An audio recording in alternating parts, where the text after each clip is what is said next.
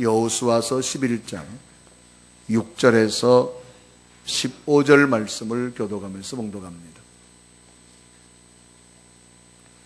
여호수아서 11장 6절에서 15절 말씀을 교독하면서 봉독합니다. 여호와께서 여호수아에게 이르시되 그들로 말미암아 두려워하지 말라. 내일 이맘때 내가 그들을 이스라엘 앞에 넘겨주어 몰살시키리니 너는 그들의 말 뒷발에 힘줄을 끊고 그들의 병거를 불사르라 하시니라.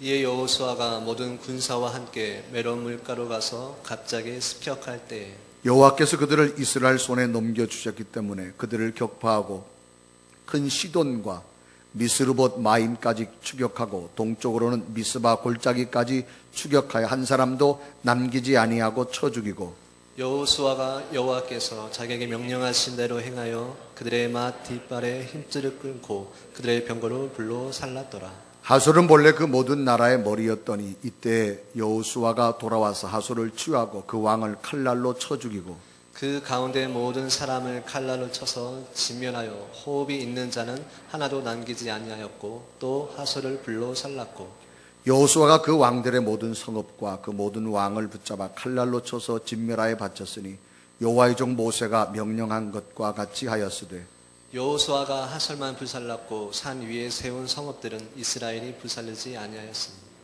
이 성읍들의 모든 재물과 가축은 이스라엘 자손들이 탈취하고 모든 사람은 칼날로 쳐서 멸하여 호흡이 있는 자는 하나도 남기지 아니하였으니 여호와께서 그의 종 모세에게 명령하신 것을 모세는 여호수아에게 명령하였고 여호수아는 그대로 행하여 여호와께서 모세에게 명하신 모든 것을 하나도 행하지 아니한 것이 없었더라. 아멘. 오늘 예배하는 여러분에게 주의 평안과 기쁨이 넘쳐나기를 주님의 이름으로 축원합니다. 한 시대를 살아가는 한 사람의 고백입니다. 그분의 지나온 삶 속에 나타났던 고백을 글로써 이렇게 표현했습니다. 이제까지 내가 하나님을 붙들고 사는 줄 알았는데 하나님이 저를 택해 주셨더라고요. 나는 단순히 믿었습니다. 묻지도 따지지도 않고 나의 아내가 사랑하는 하나님이어서 그저 믿기 시작했고 그런데 이제는 나 자신에 대한 하나님의 사랑을 확인하고 나니까 나는 그 하나님을 내가 더욱 사랑하게 되어집니다. 라고 하는 고백을 했습니다. 이제까지 내가 하나님을 붙들고 사는 줄 알았는데 하나님이 자기를 택해 주었다라는 거예요. 그저 단순히 믿었다고 합니다. 묻지도 따지지도 않고 나의 사랑하는 아내가 사랑하는 하나님이기 때문에 믿기 시작했는데 이제는 나 자신에 대한 하나님의 사랑을 확인하고 나니까 더욱더 그분을 사랑을 느끼더라는 겁니다. 이런 고백을 한 사람은 코리안 탱크라고 하는 세계적인 골프 선수 최경주 선수의 고백입니다. 1970년 전라남도 완도에서 3남 1녀 중 장남으로 태어나서 부모가 물일을 하라면 물일을 하고 밭에 나가 바디를 하라면 바디를 하고 갯벌에 가라 일을 하면 갯벌에 가서 일을 했습니다. 가난해서 육성회비 면제 때문에 역도부를 선택해서 중학교에서 운동생활을 합니다. 고등학교 들어가면서 체격 조건 때문에 시골에서 골프를 하게 되어졌습니다. 어려운 환경과 조건이었지만 프로가 된 후에 수많은 기록을 세우는 골프의 프로가 되어지지요. 프로가 될 때 지금의 아내를 만났는데 너무나도 든든한 지원군이 되어졌다. 그는 그렇게 고백합니다. 그러고 나서 이제 호랑이를 잡으러 미국으로 간다라고 말합니다. 미국에 갔을 때 아무도 나를 알아주지 않았다고 합니다. 너 차이나에서 왔냐? 그렇게 물어보면 분명히 자기는 코리아라고 말했는데 인정해주지 않더라는 거죠. 사람들은 자기를 무시하더라는 겁니다. 영어를 못해서 의사소통이 되지 않아 자신이 작아지는 걸 느꼈을 때 최경주는 더 이상 자기를 영어로 말하려고 하지 않았다고 하는 겁니다. 영어를 못하면 실력으로 보여주면 된다는 생각으로 오히려 운동에만 집중하게 됐다고 합니다. 미국 가서 영어가 잘 됐으면 마음이 편해서 운동에 집중하지 못했을 거라는 거예요. 어차피 못하는 영어, 어차피 못 듣는 영어, 그저 자신을 응원해 주든 자신을 응원해 주지 않는 갤러리가 오면 무조건 손만 흔들고 웃었다고 합니다. 뭐 무슨 말인지 모르니까 무조건 누가 말만 하면 손만 들고 막 이렇게 웃었다 그래요. 그러니까 사람들이 자기를 좋아하기 시작하더라는 거예요. 그래서 자신의 꿈을 이루기 위해서 세 가지를 믿음으로 관리했답니다. 첫째는 내 분야에서 최선을 다하는 자신감 있는 선수가 되리라. 둘째는 주변에 나를 격려해 주는 사람들의 말을 고맙게 여기리라.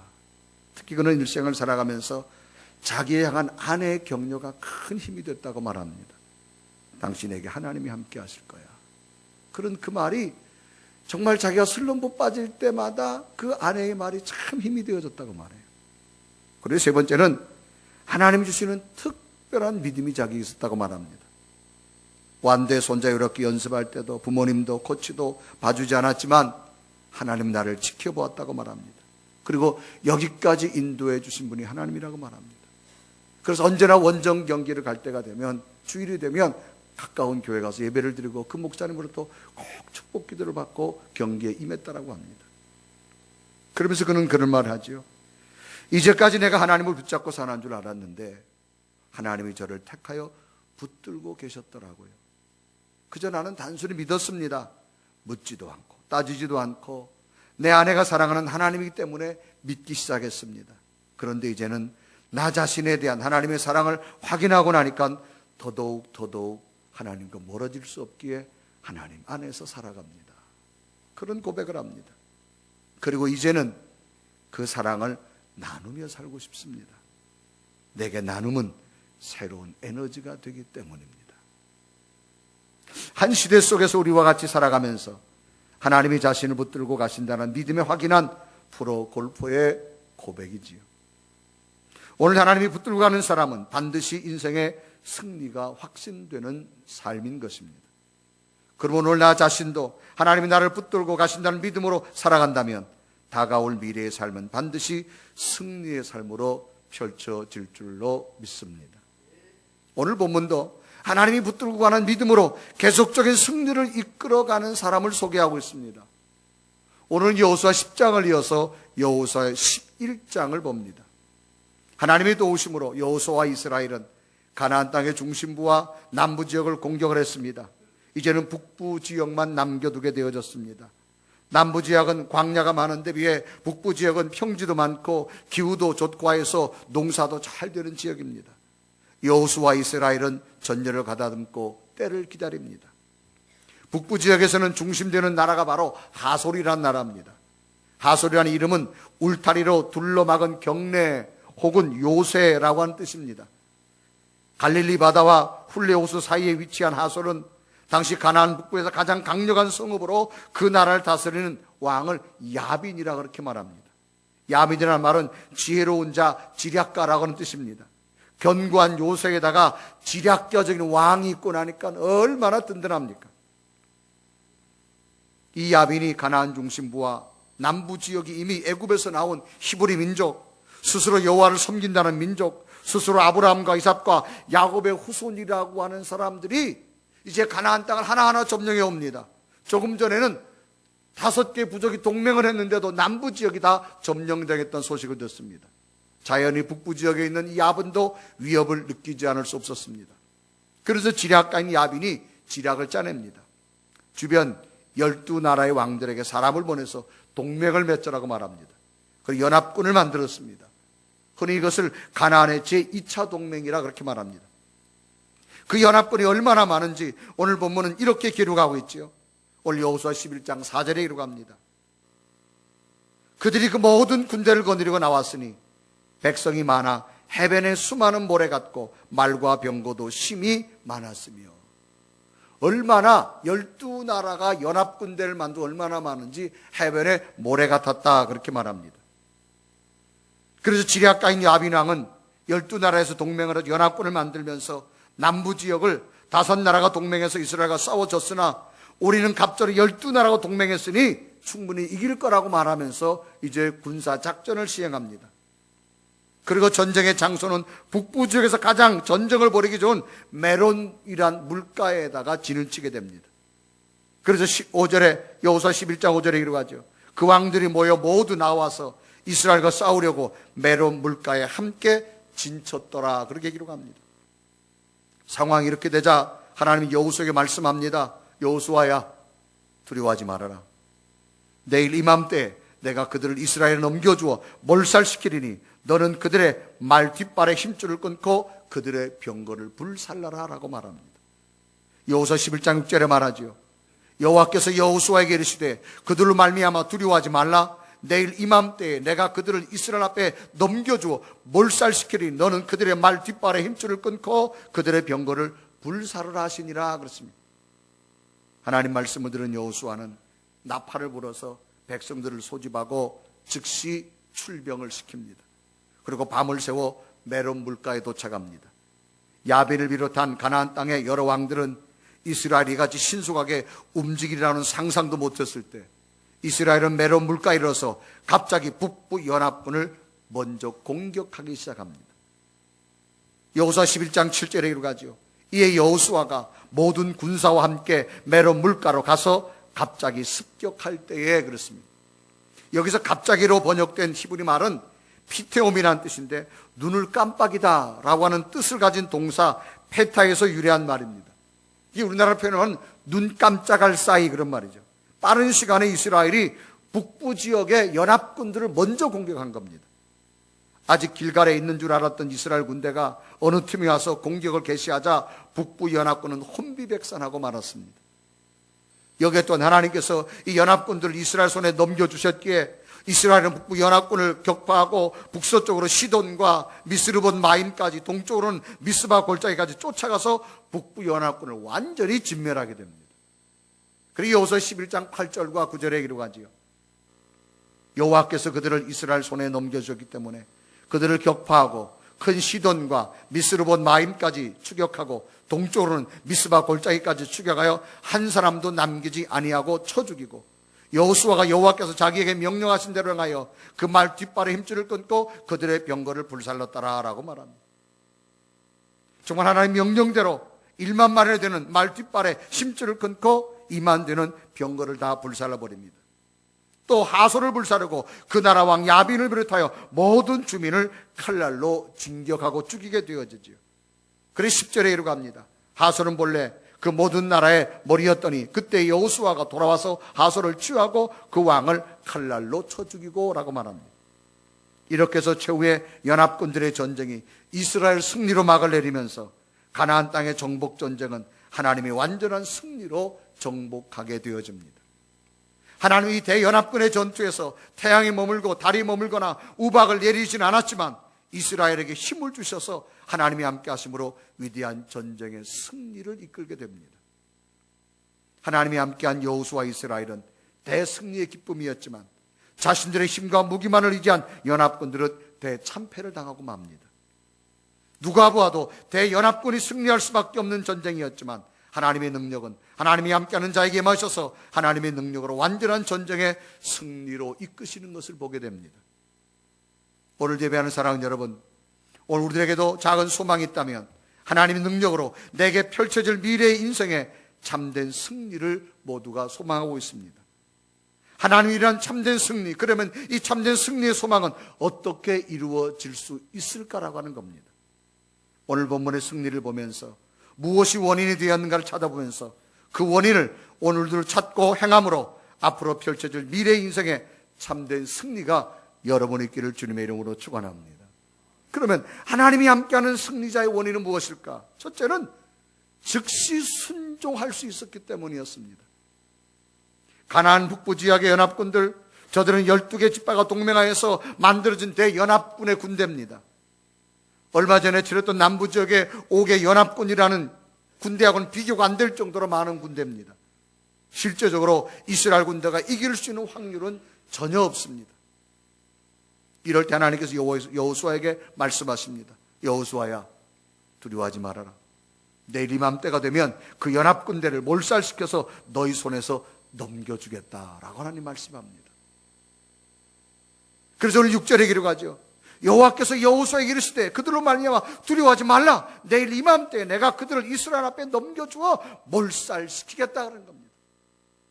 두려워하지 말라는 겁니다. 너를 승리케 할 거라는 겁니다.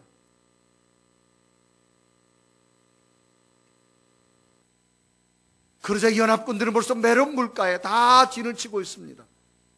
여호수아 11장 5절에 이루어가죠. 이 왕들이 모두 모여 나와서 이스라엘과 싸우려고 메론 물가에 함께 진쳤더라. 12 연합군이 모여서 벌써 요새와 같은 지역에 진을 치고 있습니다. 그것도 메론 물가에 진쳤어요. 이 메롬이라는 뜻은 높은 곳이라는 의미를 가진 단어입니다. 메는 물이라는 의미를 가진 명사, 마임에서 연결해서 여기는 호수라는 의미를 가지고 있습니다. 그러니까 메롬 호수입니다. 메롬 호수는 갈릴리 북쪽 지역에서 가장 높은 곳에 있는 호수입니다. 내륙에 있는 호수지만 갈릴리 호수까지 물을 연결해주는 통로입니다. 이렇게 된 높은 물가에 자리를 잡은 것은 이스라엘군의 동태를 높은 곳에 더 정확히 볼 수 위한 하나의 작전이었고, 또 하나는 전쟁이 장기화가 되어지면 충분한 물을 공급받기 위해서 이 높은 메롬 호수 근처에다가 12연합군대가 진을 쳤습니다. 전쟁에 완벽한 준비를 했습니다. 이렇게 완벽한 준비를 위하여 한 곳에 모여 진을 쳤지만 하나님이 이들을 한꺼번에 모인 곳에서 저들을 몰살시킬 수 있는 기회로 이용하시게 되어집니다. 가나안 정복을 위해서는 저들이 모여있지 않으면 12나라를 하나하나 전쟁을 해야 됩니다. 그런데 하나님께서는 한꺼번에 저들을 치시려고 메론 물가로 다 모이게 했습니다. 하나님의 계획입니다. 이 전쟁의 승리로 가나안 땅의 정복은 12나라를 한꺼번에 물리쳤기 때문에 하나하나 싸우지 않는 시간적인 단축의 요소도 되어집니다. 오히려 최대의 위기가 최대의 기회로 되어졌습니다. 이럴 때 하나님은 말합니다. 두려워하지 말라는 겁니다. 지금 겁을 먹고 숨을 때에, 도망치고 싶을 때에 오히려 승리에 대한 확신을 하나님께서 말씀해 주십니다. 두려울 수밖에 없는 현실이지만 하나님 말씀을 듣고 믿음의 확신을 가지고 곧바로 연합군들이 진치고 있는 메론 물가로 달려가서 먼저 공격을 하게 됩니다. 여호수아 11장 7절에 말하죠. 이에 여호수아가 모든 군사와 함께 메론 물가로 가서 갑자기 습격할 때에 12 동맹을 한 나라가 먼저 공격을 해야 되는데 이스라엘이 먼저 가라는 겁니다.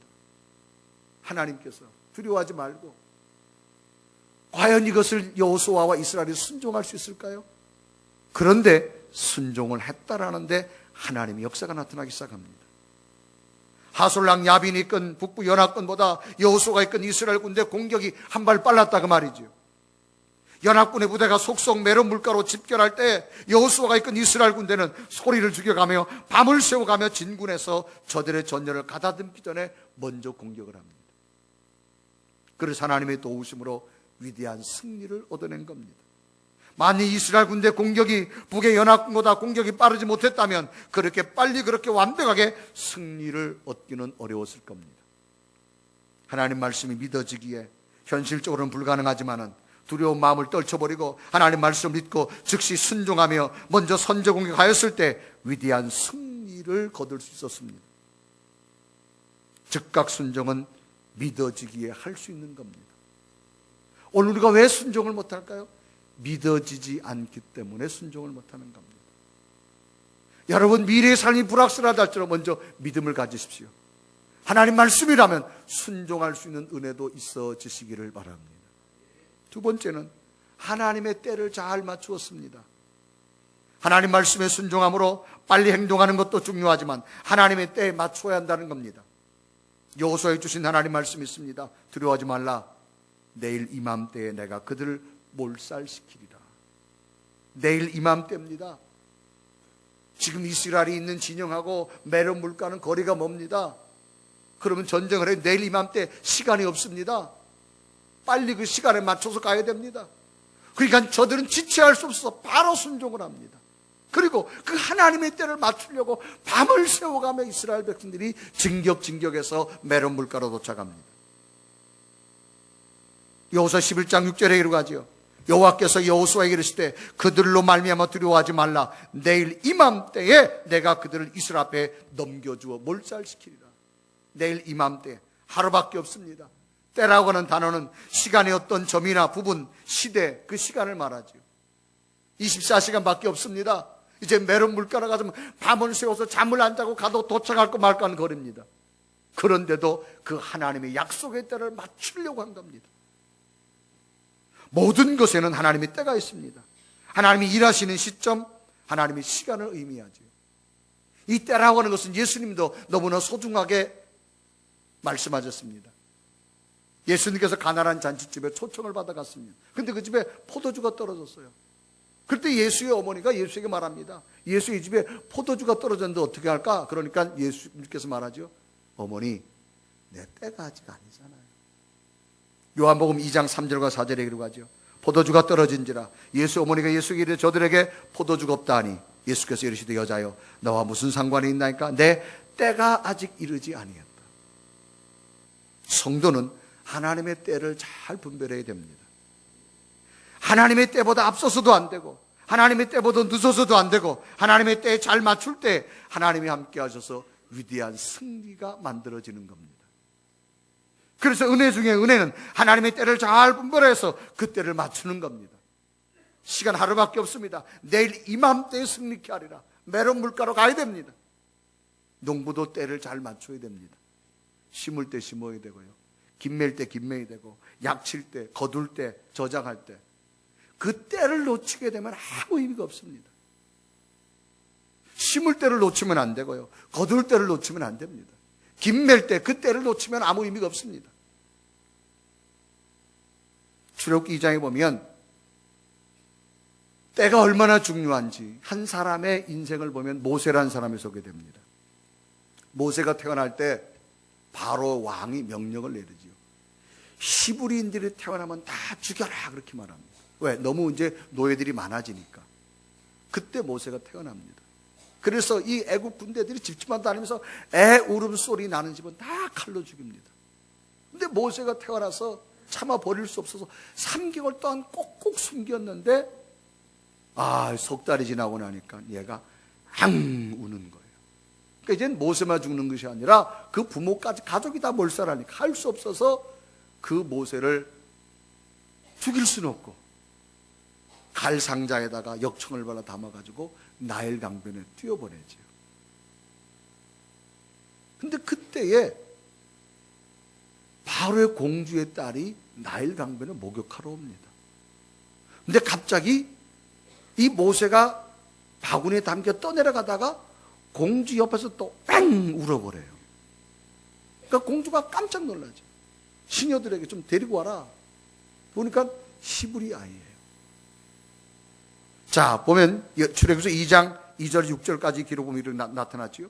그 여자가 임신의 아들을 낳으니 그가 잘생긴 것을 보고 3달 동안 그를 숨겼으나 더 숨길 수 없게 되며 그를 위하여 갈대 상자를 가져다가 역청과 나무지를 칠하고 아귀를 거기 담아 나일강가에 갈대 사이에 두고 그의 누이가 어떻게 되는지를 알려고 멀리 있었더니 바로의 딸이 목욕하러 나일강으로 내려오고 시녀들은 나일강가를 거닐 때 그가 갈대 사이에 상자를 보고 시녀를 보내어 가져다가 열고 그 아기를 보니 아기가 우는지라 그가 그를 불쌍히 여기르되 이는 히브리 사람의 아기로다.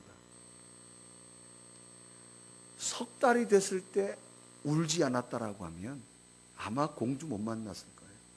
또 갈 상자에 버렸는데 그때 안 울었으면 그러니까 이 우는 것도 때를 잘 맞추고 그래야 됩니다. 결국 모세는 바로 왕의 궁궐에 들어가서 교육을 받고 공주의 아들이 되어지는 그리고 민족의 지도자가 되어지는 여러분 때가 있습니다. 하나님의 때를 잘 맞추시기를 바랍니다. 에스더서에 보면 에스더라는 여인이 나옵니다. 이때 역사적인 배경은 유대인들이 페르시아인 제국의 나라를 다 잃어버리고 식민지 생활할 때입니다.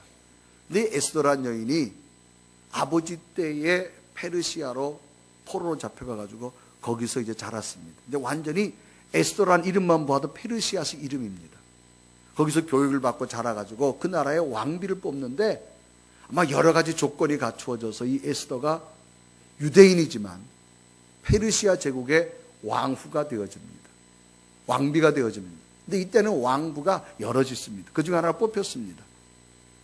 이런 때에 유대인들이 점점점 좋은 위치를 차지하게 되어지자 왕 밑에 있던 하만이라는 국무총리가 이거 받아 큰일 났다. 이거 유대인들을 이대로 뒀다가는 안 되겠다. 그래가지고 이 유대인들을 몰살시키려는 계획을 왕으로부터 재가를 받습니다.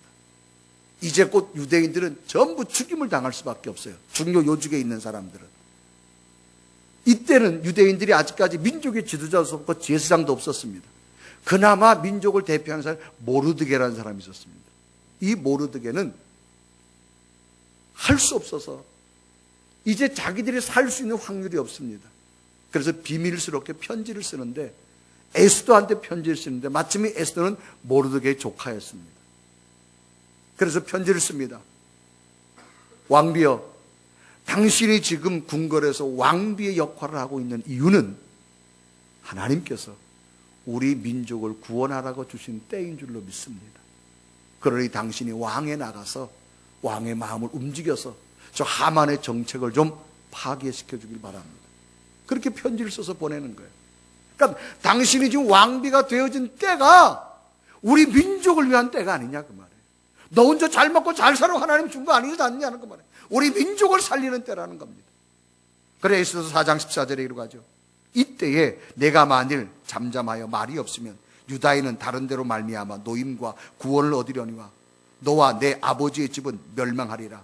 내가 왕후의 자리를 얻은 것이 이때를 위함이 아닌지 누가 알겠느냐.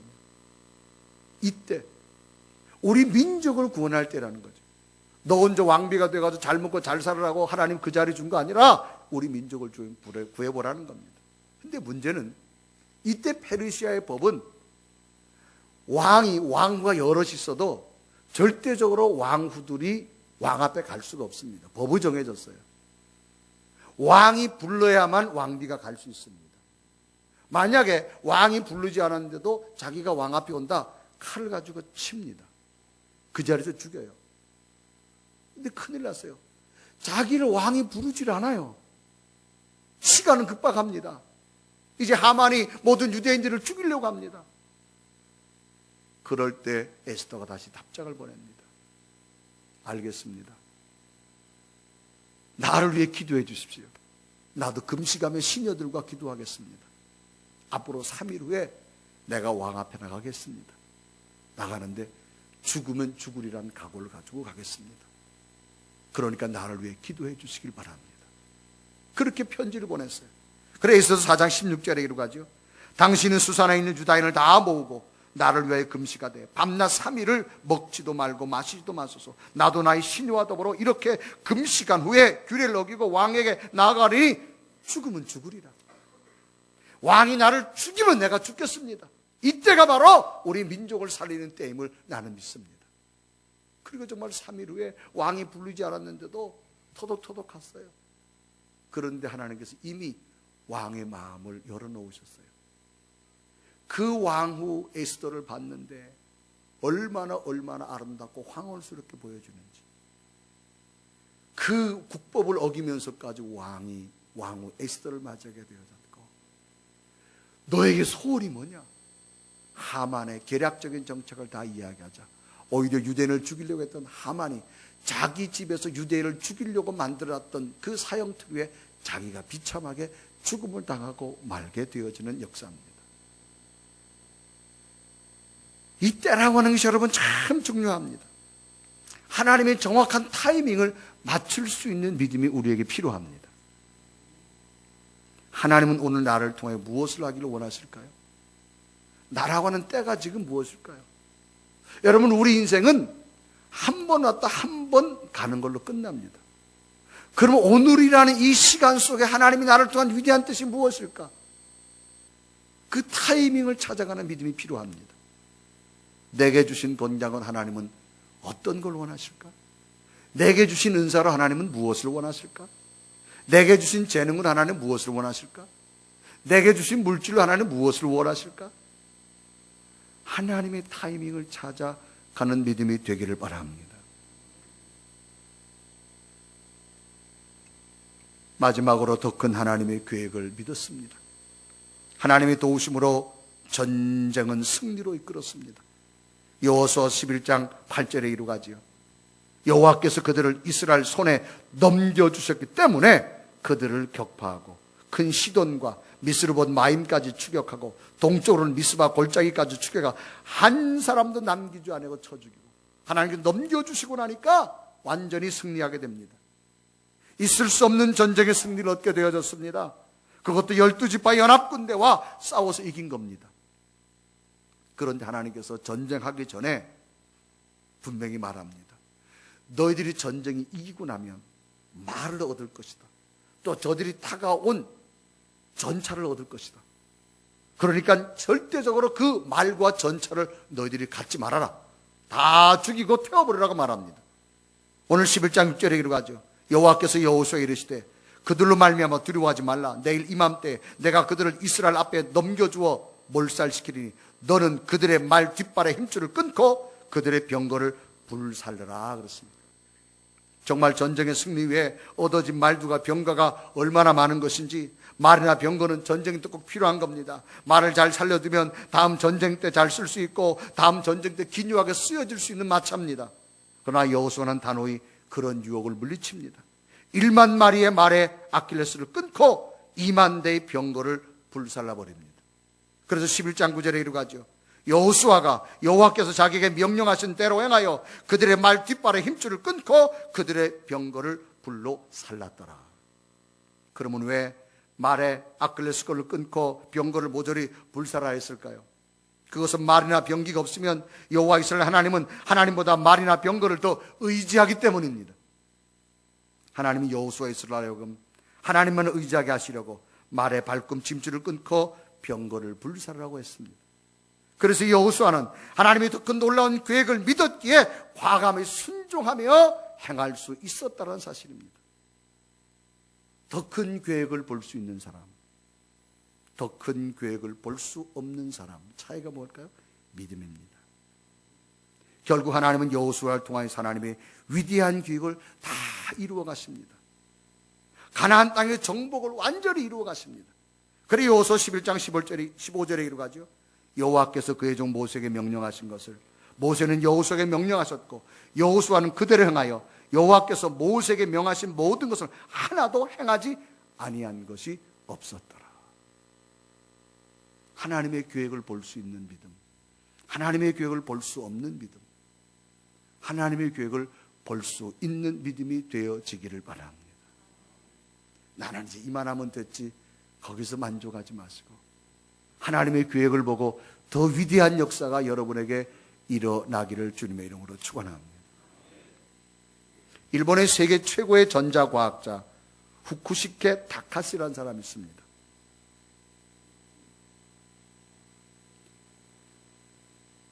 이분이 최초로 초대형 LCD를 개발한 사람입니다. 히타치라는 회사에서 근무했는데 일본 최고 과학자입니다. 공학 박사, 전자공학자, 기술자입니다. 일본이 국가적으로 이분 아주 국보로 여길 정도로 대단한 인물입니다. 이분이 2005년 2월 21일 날 일본의 해본 스키장에 스키를 타러 갔다가 뇌경색으로 쓰러집니다. 2시간 반이 걸려서 병원으로 옮겼는데 뇌의 50%가 이미 멎은 상태입니다. 그러니까 뇌사 상태에 들어간 겁니다. 심장만 뛰지 의식은 없습니다. 일본 정부와 전 일본의 의료진이 모두 매달려 치료를 해봤지만 의사로부터 안타깝게도 1%, 0.1%도 살 길이 없다는 판정을 받습니다. 의사들은 이제 마지막 부인에게 임종할 것을 부탁을 하면서 마지막으로 남편에게 작별 인사라도 하듯 이야기합니다. 그때 부인이 한국 여자입니다. 장혜림이라고 하는 여인이에요. 근데 이분이 정말로 믿음이 좋은 여인이었습니다. 이제 죽을 수밖에 없는 남편의 정말 싸늘하게 굳어가는 그 남편의 시신 앞에서 그런 하나님 앞에 기도하기 시작. 하나님의 뜻이 어디 있나요? 내가 남편을 위해서 구원받기를 기도했는데 하나님 지금 데려가면 어떻게 해요? 하나님 뜻이 도대체 어디에 있나요? 하나님의 뜻을 좀 가르쳐 주세요. 하나님 당신이 살아계시다면 기적을 주세요. 정말로 여러분 이제 거의 죽어 있는 남편을 향해서 기도하는 겁니다. 근데 뇌사 상태는요, 심장은 뛰며 몸은 움직이지 못하는데 의식은 희미하게 남아있다 그래요. 근데 이 사람이 이제 죽어가면서도 의식이 있는데 아무 표현은 못하는데 이 부인의 기도 소리를 듣는 거예요. 평상시는 자기가 과학자고 공학 박사고 자기의 지식이 월등하다고 믿었던 사람인데 자기를 저렇게 애타게 기도하는 하나님을 막 찾고 예수님을 찾는 거예요. 너무나 애처로 자기도 한번 기도해. 하나님, 나도 한번 기도합니다. 지금까지 기도 안 했는데 기도할게요. 나 좀 살려주세요. 그러니까 무의식적으로 자기가 기도했다는 거예요. 정말 당신이 살아계시다면 나를 살려주세요. 그런데 놀랍게도 누군가가 그 의식 속에서 자기에게 걸어오더라는 겁니다. 자기가 사막 위에 쓰러져 있는데 뭔 물을 주더래요. 이걸 마시라. 그래서 자기가 그 아주 마지막 남은 뇌 속에서, 의식 속에서 물을 마셨답니다. 그래서 말하기를 일어나라 그러더래요. 그분이 바로 주님이더래요. 일어났는데 주님이 자기를 세웠다는 거예요. 기적적으로 이 사람이 살아났습니다. 그래서 이분이 책을 썼지요. 육이 죽어서 영이 산다. 이제는 오히려 이분이 복음을 전하는 전도자의 모습이 되어진 줄로 믿습니다. 자, 잠깐 보겠어요, 여러분. 이번에 그 동영상이 긴데 아직 한 1분 동안만 여러분 간추려서 보시겠습니다. 私が死の谷間を歩いている時に 내가 죽음의 골짜기에 있었을 때 医者は私に死の 많은 宣告をし 의사들은 た。 나에게 얘기했습니다. 저는 의식이 없었지만 그들이 하는 얘기는 똑똑히 で 들을 수 も 있었습니다. 私の主、私の神は 이 사람은 가망이 없다고私を 이야기를 했죠.救ってくださった。 하지만 나의 주님, 나의 구원자는 나를 살려주셨습니다. 私の神はそのまま私を救って私にドーンと火の柱をくださった。 저는 예수를 몰랐습니다. 하지만 내가 그분을 찾았을 때 그분이 나타나시고 그분이 저에게 불생명을, 불성령을 저에게 주셨습니다. 그것이 제 온몸을 감쌌습니다. 私は朝光を見た。 그리고 나서 저는 변했죠. 私は光を見た。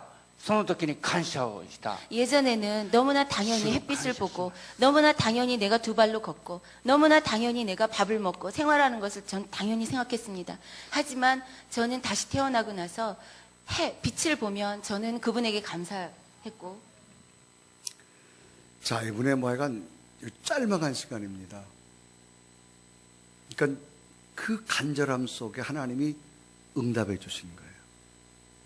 여러분, 어떤 절망 속에서도 믿음으로 하나님의 계획을 붙드시기를 바랍니다. 너무나도 많은 축복 가운데 있다라고 느껴지십니까? 믿음으로 더 큰 하나님의 계획을 붙드십시오. 더 놀라운 복을 누리는 여러분 되기를 바랍니다. 자칫 잘못합니다. 나는 이만하면 됐지. 아니에요. 더 큰 하나님의 계획을 볼 수 있는 믿음이 되기를 바랍니다. 오늘 우리에게 가장 중요한 것, 다가올 미래의 삶을 어떻게 승리하러 살 수 있을까? 하나님의 약속이 믿어지니 순종도 하고요. 하나님의 때를 잘 참여하게 되어졌고요. 하나님의 계획을 믿고 났을 때 그 가나안 땅의 정복 전쟁은 승리로 이끌게 된 줄로 믿습니다. 자, 알 수 없는 미래를 살아갑니다. 어떤 절망과 좌절, 병든 모습이 있다 할지라도 실망하지 마세요. 하나님의 계획이 있음을 믿습니다. 이 놀라운 승리가 오늘 여러분에게도 함께 하기를 주님의 이름으로 축원합니다.